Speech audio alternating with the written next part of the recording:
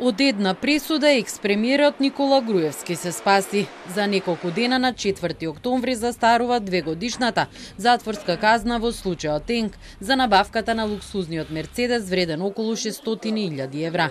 Груевски за примање награда и противзаконито влијание во случајот беше осуден во 2018 година. Правосилна пресудата стана после 2 години.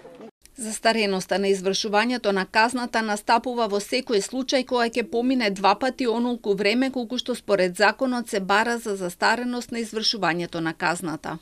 На Груевски сепак му остануваат уште 2 присуди. За највисоката казна од 9 години за плацевите на водно ќе треба и најмногу да чека.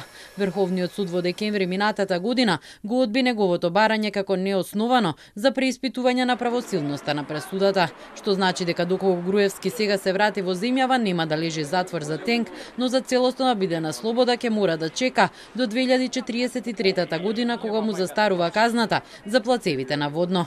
Но поранишниот премиер беше осуден во отсуство, бидејќи во меѓувреме избега во Унгарија и доколку се врати во земјава, има можност да бара повторување на постапката, што значи дека би му се судело повторно. Но и за тоа би требало да почека барем до 2027 година кога му застарува уште една присуда, казната затвор од 1,5 година за насилство во општина Центар.